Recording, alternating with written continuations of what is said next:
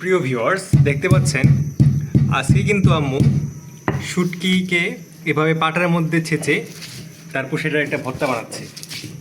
শুটকি ভর্তাটার যে গন্ধটা আছে সেটা এত সুন্দর যে অনেক দূর থেকেও কিন্তু পাওয়া যাচ্ছিল, যার জন্য আমি চলে আসলাম। আর এখানে আপনাদেরকে দেখাই, এই যে দেখতে পাচ্ছেন এখানে কিন্তু আম্মু কলমি শাক দিয়ে শুটকি রান্না করেছে, যেটা আমার খেতে খুবই দারুণ লাগে। আর এইখানেও কিন্তু লটকনের শুটকি ভর্তা। তো এইখানে যে লটকনের শুটকির আজকের আয়োজনগুলো সেগুলো কিন্তু আমার খুবই প্রিয়, এবং বিশেষ করে আমার আম্মুর আরও বেশি প্রিয়।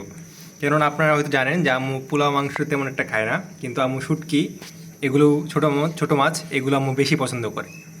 তো এই জন্য আজকে আম্মু শুটকির ভর্তা এবং শুটকির তরকারি এই আয়োজনগুলো করলো।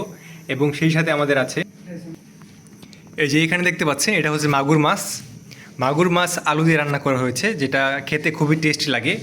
আপনাদের অনেকেরই হয়তো মাগুর মাছটা প্রিয়। আর এইখানে হচ্ছে আমার ছোটো ভাইয়ের ফেভারিট আলু দিয়ে মুরগির মাংস। দেখতে পাচ্ছেন সে কিন্তু মুরগির মাংস বলতেই অন্ধ, এবং সে এটা খুবই পছন্দ করে মুরগির মাংস তরকারিটা। তো ভিউয়ার্স, আজকে এই ছিল আমাদের দুপুরের আয়োজন। আজকে কিন্তু অল্প একটু রোদ উঠেছিল, যার জন্য আম্মু অল্প সময়ের জন্য হলেও তার যে কাচের বয়ামগুলো আছে সেগুলোকে শুকোতে দিল। দেখতে পাচ্ছেন শুকোনোর পর একটি টাওয়েল বিছিয়ে সেগুলোকে এভাবে রেখে দিয়েছে। আর এই যে দেখুন, মুহূর্তের মধ্যে কিন্তু দিনটা আবার খারাপ করে দিয়েছে।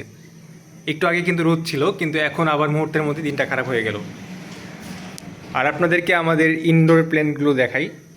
যে দেখতে পাচ্ছেন এখানে যে লাকি বাম্বুটি ছিল সেটা বেশ বড় হয়ে গেছে, এবং অন্যান্য যে ইনডোর প্ল্যান্টগুলো আছে সেগুলো কিন্তু বেশ ভালোভাবেই চলছে।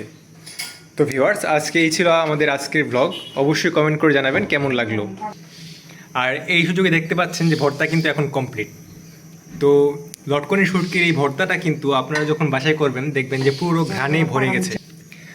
আর সেই সাথে দেখতে পাচ্ছেন এখানে কিন্তু পাটার মধ্যে ভাতগুলো দিয়ে এই পাটাটা সুন্দরভাবে মুছে ভাতগুলো খাবে, কেননা যেহেতু শুটকি ভর্তাটা এটার মধ্যে করা হয়েছে, এই পাটাটার মধ্যে শুটকি ভর্তার অনেকটা ফ্লেভারই অ্যাড করা থাকে, যার জন্য এটা খেতে খুবই দারুণ লাগে।